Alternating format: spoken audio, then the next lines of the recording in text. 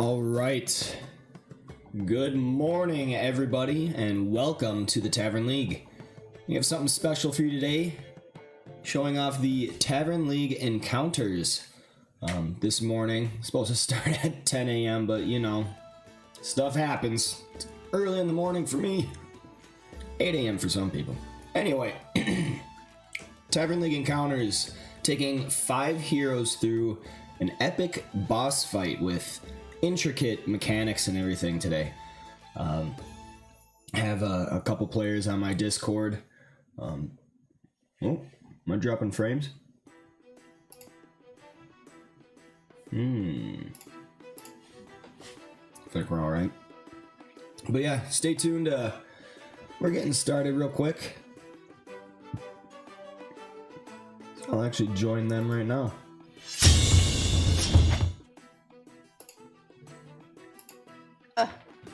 Hail, adventurers! Is that our fearless leader here? Yes, I am here. I am here. I'm here. Good morning. Good morning. How are you? Oh, I should probably get my glasses. All right. I see. I'm blind without my glasses. It'll be 1 second. Yep. I see Ash is in. I see Sauerkraut is in. I see Pistol is in. Nicole, are you in? I am. Okay. If I wasn't, Jake could get me in. Okay. There we go. I think we got everybody.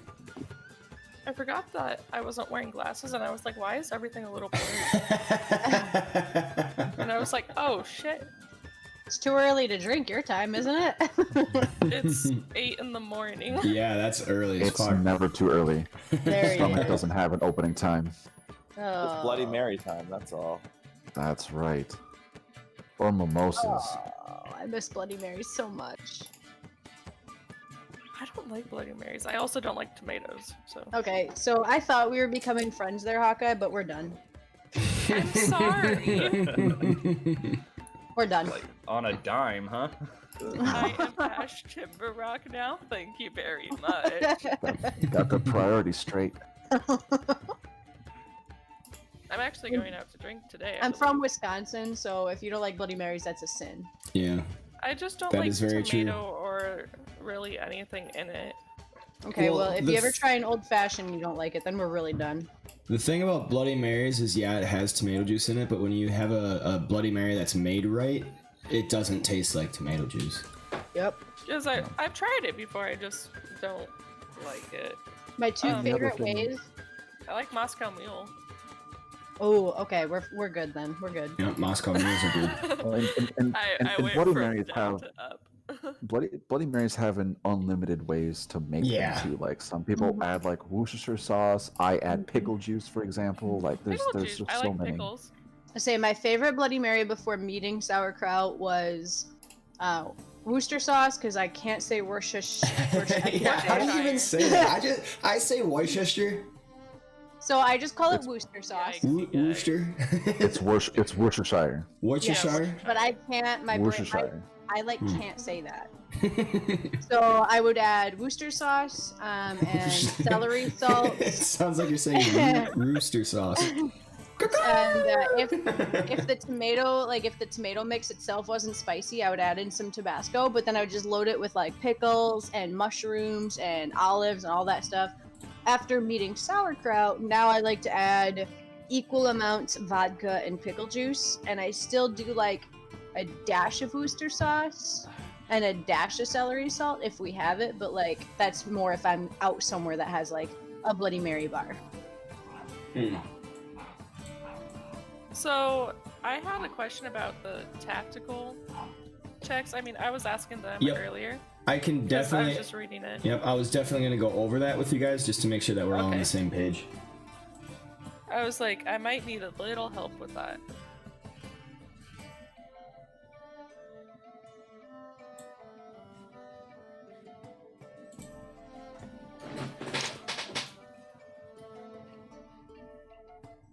I'm a smooth criminal. Yeah, no, when it comes to that though, zing zang. Yes. Mm, Zing mm. zang. It's the best Bloody Mary mix out there. Absolutely. It's good stuff. It's nice and easy. Oh. You don't have to learn how to make it yourself. Mhm. Don't get me wrong. I've worked in restaurants and bars for 20 years. Everyone's got their own recipe, but if you don't, that's quick, easy, and it's delicious. I need to change the color of my dye. It's a good like meaty flavor too. Like it's not just like, meh, I'm watered down and gross. Yeah, watered down Bloody My- Marys are the worst. Yeah, my mom makes it kind of like that, where she uses like a tomato like juice instead of I don't want to describe it. It's weird, but I'm not a fan of it. No, I love your mom. I do not like the Bloody Mary But she mix. makes the worst Bloody Marys. It's not worse. Like it's just different. Do you guys like martinis? I don't like martinis. I have Not a fan. never tried one, but I officially, since moving to England, I really like gin because gin over here is delicious. So I think I would like a gin martini. Nope. Gin, if you ever visit England, try the gin here. It is a 180. It's completely different. I love it. It's delicious. It does not taste like Angry Christmas. Yeah, I was gonna say, you like eating Christmas trees? No, and that's exactly my friend Katie. When I first met her, we all went out to dinner, Jake and I and her husband. And I told her that. She goes, try gin here. Just trust me. And I did, and I love it. Trusting people? That sounds like a bad thing. It's something to do with the way they have to finish the gin in the United States versus the European Union. Like there's like a preservative or something they have to put in it that completely changes the taste. Kind of like cheese, And it how they can make cheese unpasteurized in Europe, but it has to be pasteurized here. The milk, too. Yes. Gotcha. Yeah, milk here only lasts like maybe A week and a half. Yeah, you'd be lucky if you got a week and a half out of a milk. And it all has like the same like aftertaste. I don't know how to explain other than like a farmy aftertaste. It's not bad though. Anyway, are you guys all in? Are you just about ready to get started? Yeah. Yes? Yeah. Okay. I think we're all in. Yeah. Okay. So with the encounters, specifically talking about the role specific stuff, I'll go over the support first. So the support has Dispel, and you have 3 charges, but you can only use 1 per turn. So like you can't cast 2 Dispels on your turn. Basically, if there's an effect at play in the combat encounter, you can just get rid of it. So let's say that the boss causes a bleed effect where you take 5 points of damage at the beginning of your turn every turn. You can just dispel that. Okay. Yep. And are we doing the dispel versus mass dispel? Yes. Because the mass dispel's 2 charges, and that's Yep. that 20-foot cube, So right? yep. So you have 3 charges. You can spend 2 to do a mass dispel, and that's everything within a 20-foot cube. So like, let's say there's a mass debuff that the boss applies to all characters. You might want to group up and then mass dispel to get rid of it or something. I will say that it's going to be very tactical and strategic of when and exactly what you want to dispel. Because you never really know exactly how the boss fight's going to go until you play a little bit and then do some tactical checks to learn his abilities. Mm-hmm. All right. And then there is the tank with the taunt. I actually have another idea with taunt that I'm going to wait until we play through this one to see if it would be viable. Basically, I'm wondering if it should be changed to a reaction, or to keep it like it is, or even having that choice. But anyway, so taunt as it is now, you use your bonus action to do it. You taunt all hostile creatures within 15 feet of you, basically forcing them to attack you. So that's where you get the whole tank thing. like Basically, like tank pulling. Yeah, tank pulling, like World of Warcraft. So the taunt only lasts until the creature scores a successful hit. So if it attacks you and misses you, it is still taunted. So it will have to do that on its next turn as well. Gotcha. But if it scores a successful hit, then the taunt goes away. As well as it needs to move within range. If it has a ranged attack, it just needs to move within range of the ranged attack. But if it only has melee attacks, it has to move within melee. So pay very close attention to that, because you might be able to force opportunity attacks. You know what I mean? Gotcha. I gotcha. Okay. And then you also gain 2 temporary hit points for each creature you taunted. I buffed this up to 2 rather than 1, namely for the situations where there's like a whole bunch of creatures at play. If you taunt like 5 creatures, you're going to gain 10 temporary hit points, because everything is going to be forced to attack you, so you get that extra buffer. That's where your roll kind of comes into play. Do I have unlimited taunts, or is there like number charges like with Dispel? Nope, unlimited taunts. It just takes your bonus action. Okay, cool. And HP, because they will attack you. Yeah. Oh yeah, the other thing, you have to engage the target. So this is something else that I kind of added. You have to engage the target in order for the taunt to stay.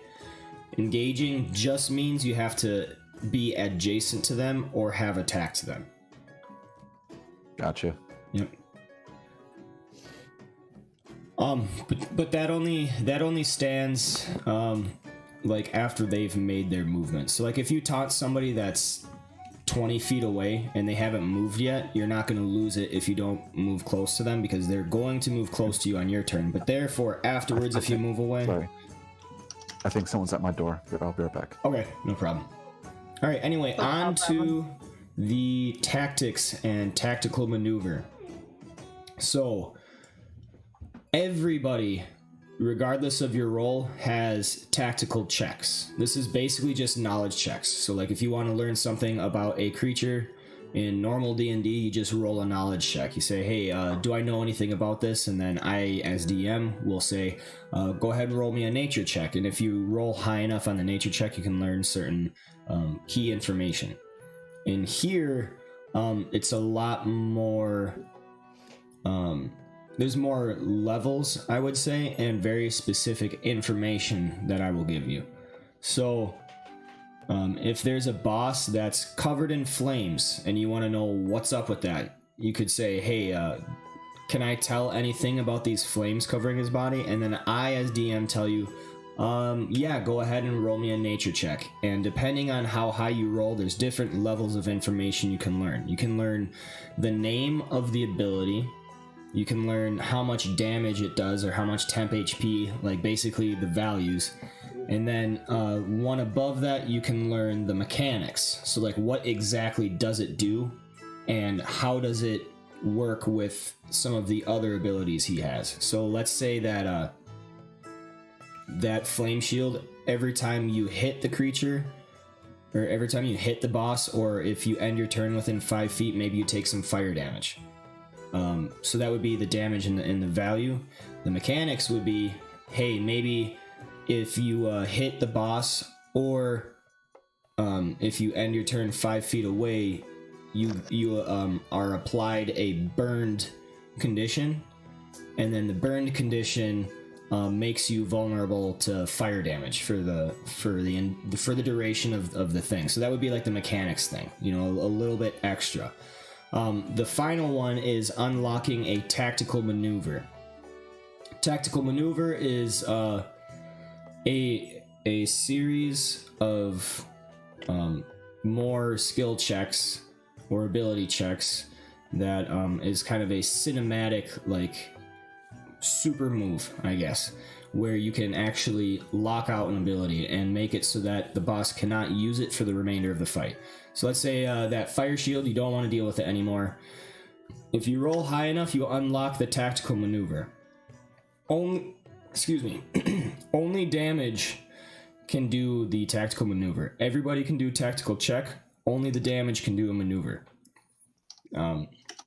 So you would say, hey, I want to do a tactical maneuver, and then we would start the tactical maneuver, and then I would tell you what rolls to make and everything, and then basically see what happens. If you're successful, it locks that ability out, and he can't use it anymore, so his shield would go away. If you fail, then something bad might happen. You might take some damage, or there might be a debuff that applies to you. And then also, when you are damaged, you can choose to gain advantage on any one tactical check in an encounter.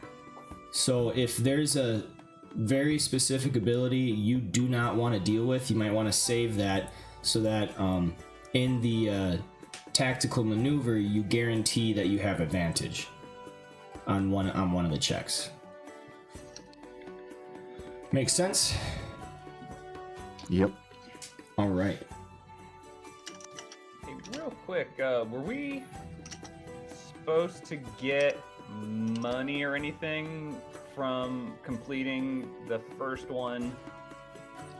The first one was a real basic playthrough, so I didn't have a whole lot of rewards to it, just because it really wasn't tuned the way I wanted it. Sure. You know what I mean? Okay.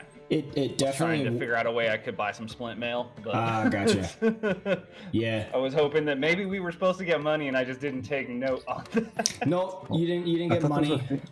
I could steal some splint mail. Yeah, I thought there was a thing about currency being like your reputation or whatever, your renown Yeah. or something. So, the way that I'm working that is, you can still get regular currency. So there will still be gold rewards. And that's for regular items. So like, let's say you want a plate mail. You can actually use your gold that you gain in-game to buy plate mail. But if you want magic items, that takes your renown points. Yeah, I just wanted normal splint mail, because I do my magic on it. But that's 200 gold, and while that's not that much gold, it's more than my 13. So... Hey, what's up, Drake? Good to see you. Thanks for tuning in, man. All right, so I would say I'm about ready to get going. You guys feel you got a good grasp? Yeah, I if mean, not, we'll hopefully. figure it out as we go. Oh yeah, I and figured then it out the first time pretty much completely off the cuff, so Yep, let's I think we'll do roll with okay. it. Yep, and there's also one other thing, self-healing. So you have like reinvigorate, which is basically like second wind.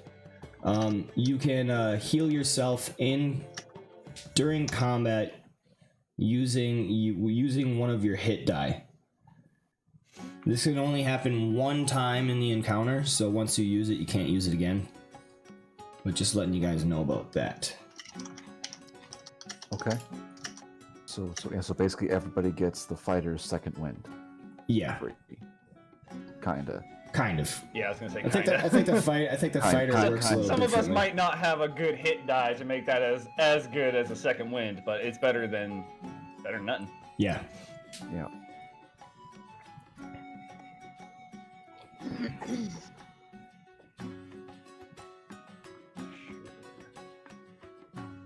I gotta find my stuff real quick. Just making us wait. Whatever. Okay.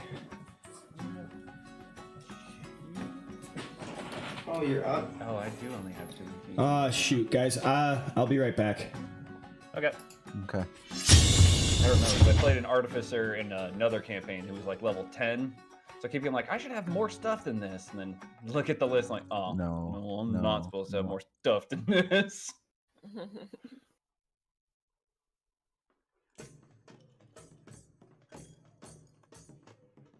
proficient shields. Why don't I have my shield equipped? How do I get more ammo? Why would I need to dual wield maces when I should have a shield equipped? Oh, that's right. I Oh, forgot I'm gonna that hit you with my stick.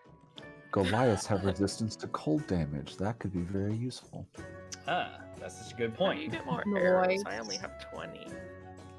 I only have 20. I think 20 is like just your Okay. basic start amount. Yeah. I just didn't know if that was like scary or not.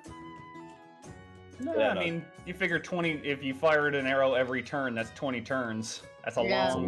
That's a lot Yeah. of arrows. Well, remember Hawkeye Ereva started with 20, and I have 40 now, but I've never even used like Okay. half of mine in an encounter. Plus, you can ask to recover. Don't forget, after like a battle where you use them, ask to recover your arrows.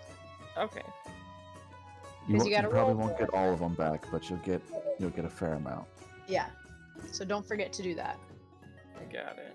And he hasn't been super specific about rules about like ammunition in terms of like encounter to encounter, but my assumption is everything kind of resets to its maximum between encounters, because this is not a campaign where, you know, you go from fight in cave 1 to fight in cave 2. So, John, Um, are you using a character that you've used in a previous encounter? Yeah. Okay. I'm trying to. So, Goliaths are supposed to have that. Was it stone endurance, where you can shrug off damage with that D12? I'm not seeing it. I'm not seeing it on my character sheet. Like under abilities, or like as a pre-built thing? And anywhere. It's not in abilities. It's not in actions. That Might have to that's bring weird. that I up mean, before we they're start. yeah, because they're a pre-built class. That should automatically add. Because under traits it says mountain-born and powerful build, but there's no stone endurance. I have a fighting style. I didn't pick one yet. I don't know what one to pick. I mean, if you're specking archery, there's, I believe, an archery fighting style. Yes, it's Yeah, +2 to it's- hit. It's very good. Yeah, it would probably Yeah, I'll behoove do you that. to min-max one specific thing. Yeah, Seems like this I'll is say, maybe like, not the hey, place I to do choose a lot the- of fancy stuff with your build. No, keep it simple. Try Yeah. to focus on like one goal of your character and do everything Yeah, you well, can I to didn't make know that if I happen. should do a defense where you gain 1 bonus to AC, or if I should do the archery for attack. I mean, yeah, it depends if you're concerned about your AC. I have 14. I mean, that's not probably horrible. fine. I mean, you're meant to be. Yeah, I mean, because your what range is 120 or something. Like you're not meant to be up in the fight unless you choose to go swords.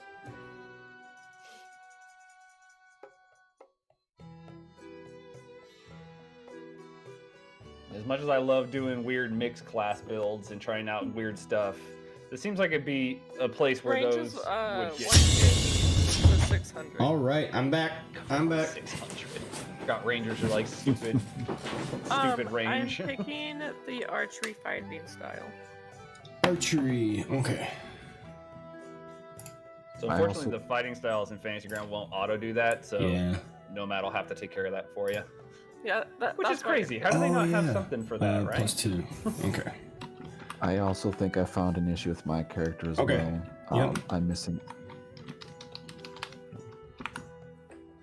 I feel like I need to find something wrong with mine, but Yours is probably okay. it's a bird person. Of course, it's okay. I mean, look at that. Look at that Oh owl. shoot, Ash! I never got your bow.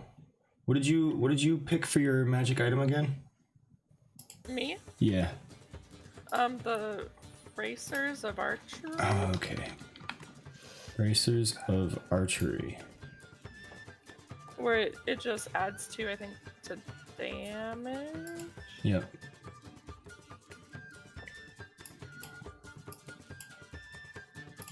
Okay, there.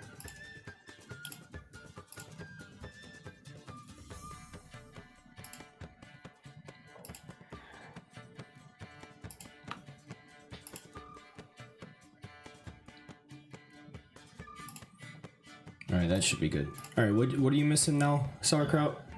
Yeah, stone endurance. It's from my race, being Goliath. It's not Okay. on my character sheet anywhere that I can find. Yeah, I clicked on the race thing. It's in here. I don't know how it skipped you. Fantasy Grounds. Being weird. It's no longer in beta, so... Yeah. That's right. Now they have to be held accountable. That's right. Don't have an excuse anymore. That's why you never come out of beta. Fortnite's still in beta. It's been years. Yeah. That's true. Is it really? Yeah. Yeah, they've never officially, like, 1.0 launched. As long as they don't. Which is weird, because it's not like that game's broken or anything. It's just... Well, I guess, like... So the main game I'm playing right now is Genshin Impact, and it's almost like they're in a constant beta because they just say like, hey, we're just releasing new parts of the game like every 6 weeks, and like there's only 2 major sections of the game have been released, and there's 5 more to go. I mean, if you want the reality of it, if you're in beta and selling products, then you can change that product without being without being financially liable for the things you've done. That's the actual reason why they do it. There's always a big business fucking reason for all that. I don't work in the free-to-play sector anymore, but I did for a while, and yeah, there's your reason. There's like these weird legal loopholes that everybody knows about. Well, and that makes sense because like Genshin is free to play, but you can spend like a lot of money on that game. It's what is it? Gacha gaming. Yeah. Yeah. So like I don't spend money on it, but like there's streamers that spend like $5,000 a month on it. Mm-hmm. Like, whoa, okay, that's okay. Yeah, like freaking League of Legends. I spent so much money on that game, and I don't even play it anymore. Yeah, I did the same with Warframe. I probably put a few thousand over the time I played in it, and oof. See, and I mean, grew up... Now to be fair, I played 1,200 hours of it, so it's not like I dropped that all at once. But now I don't play it anymore. I'm like, oh well. I think the most I spent on a game was World of Warships, and I'm probably at around like the $700 mark. But I've been playing the game for like 7 years. Yeah. I don't even know how many hours I've played it, but it's well over 3,000. So. And I grew up only playing console games. I didn't even start playing PC games other than like Sims and SimCity until I met Jake. So, it's been less than 2 years. And so I'm like, nah, if you're not going to charge me for it at the beginning, I ain't paying nothing. Like, I don't care. All right, I got your Stone's Endurance on there now. Thank you. Appreciate it. No problem. All right, so I think we're just about ready to go.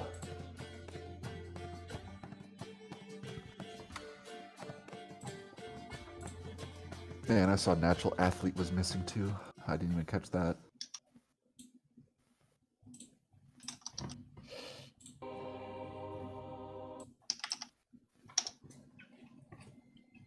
What's the dice tower?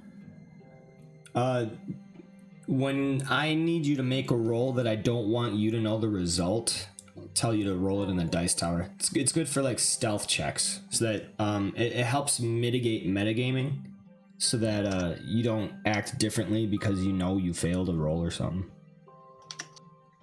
Oh no! It's how you can answer go for that. It's how the DM can give my favorite answer is you roll in the dice tower and say, well, you don't think you see anything. Yep. Or is he fucking with me or not? Because I don't know. Just silence. You gotta embrace the suck. Yeah. Speaking of silence, Pistol. Or you could have rolled a 20 and he's just fucking with you. Alright. I'm just not going to talk over everybody. I'll let you guys do your thing. Don't you worry. All right, so you guys find yourself here. Where's here? Just shared it. Brimston. It is a village in the north, secluded, as is most places here in the frozen tundra. Green Bay? Go, Pat, go. Green Bay? Everything's green and gold. Oh my gosh. I'm so happy. There is no music, no boisterous bravado, no jolly rancor to set an enjoyable mood. There's just the wind, cold and continuously blowing against the door and windows.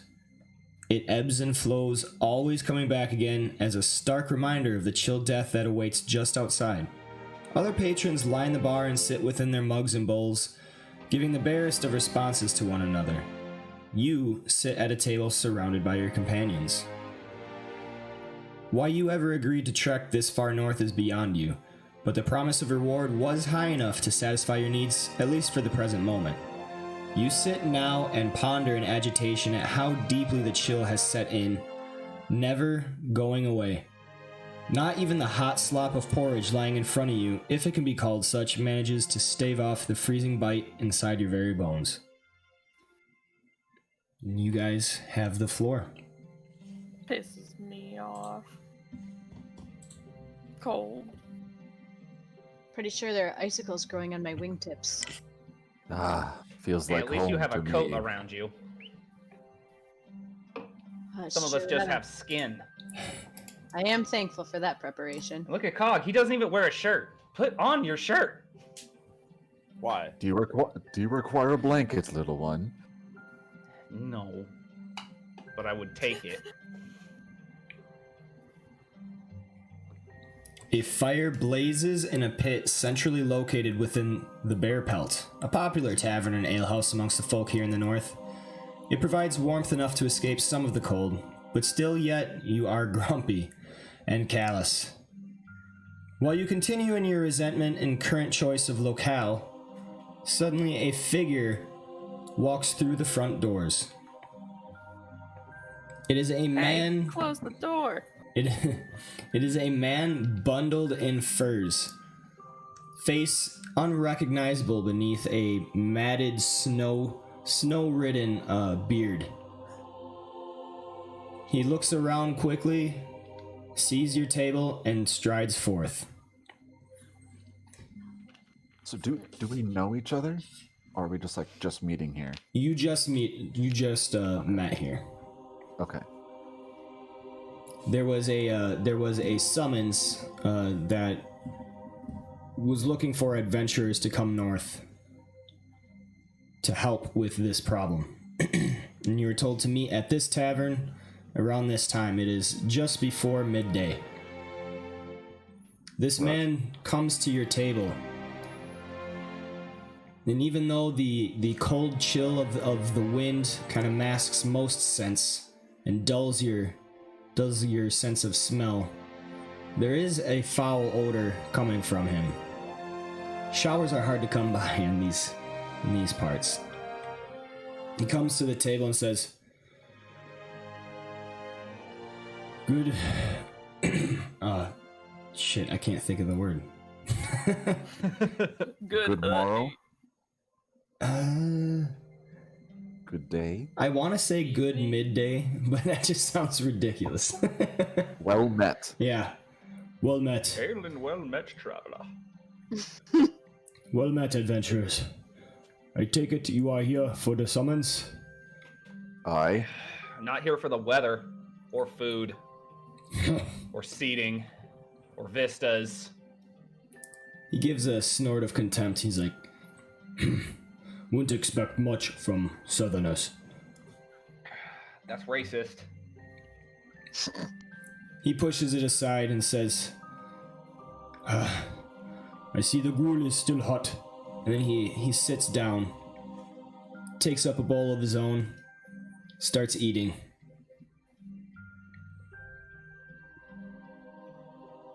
Why are we here? Yeah, we're not here to watch you eat, dude. Come on. What's the job? He The stops. sooner we start, the sooner we can go home. He stops to regard you for a moment. A little bit of the soup embedded in his beard. We wait. For Wait, are you just also trying to get in on this job? Because that doesn't really work. No. We must wait for it to come. There's something in the snows. And then he kind of stops at this, puts down his spoon, puts down the gruel, and then he starts talking as if in a little bit of shell shock. There's something out there in the snow. Something dangerous. Yeah, it's called death. Yeah, hypothermia is a real bitch, man. Aye.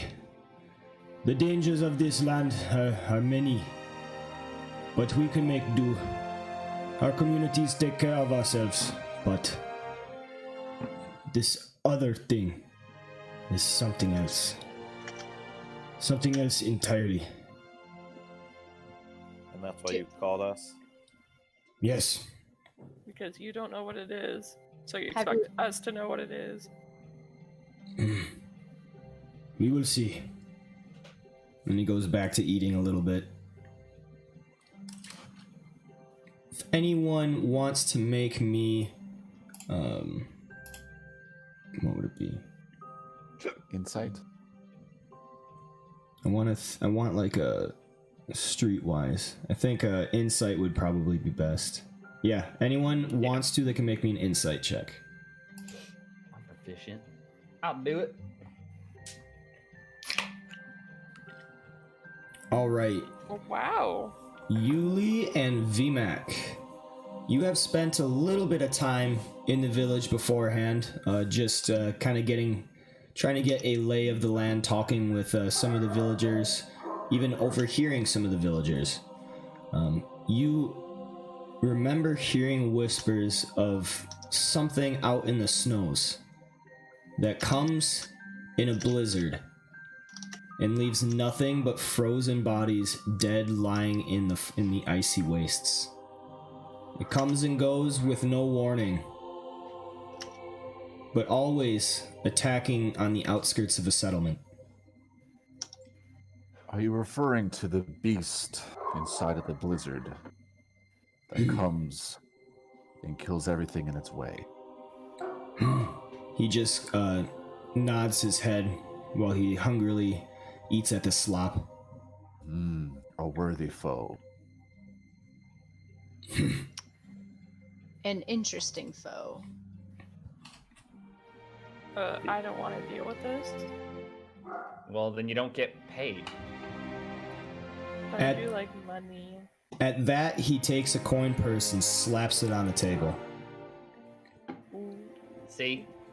Now we're talking.